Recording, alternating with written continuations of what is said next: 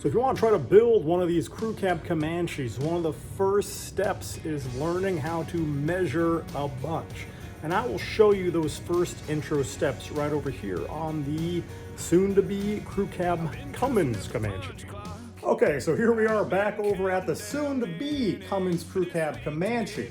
You can see here that I've made a cut line that goes the full length of the roof, and I create an origin point on the rain gutters on each side, and then create multiple other origin points from each center point of the roof. And this allows me to create a completely straight line across that roof. Now, if we move over here to inside the vehicle,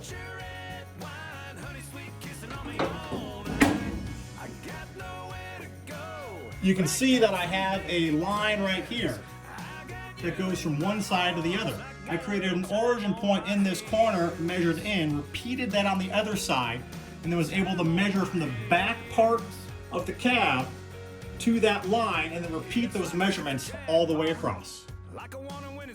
One of the most common mistakes guys make when building a crew cab Comanche is they don't properly support the unibody before they start cutting it apart. You need to build some sort of frame first internally in your cab in order to keep the body rigid. If you don't do that, I'm sure you guys have seen crew cab Comanches that look a little flimsy where the geometries are off. And that's because when they tried to weld their Cherokee and their Comanche's body together, they didn't actually have them rigid at first, so they got warped and out of alignment. Don't let that happen to you guys if you try to build one of these. So here we have our Cherokee. I'm going to do the exact same thing I just showed you on the Comanche, which is take several origin points using a tape measure and a piece of painter's tape and a Sharpie, and I'll create several pinpoint measurements across the full length of the vehicle of where I want to cut and cut the vehicle directly in half.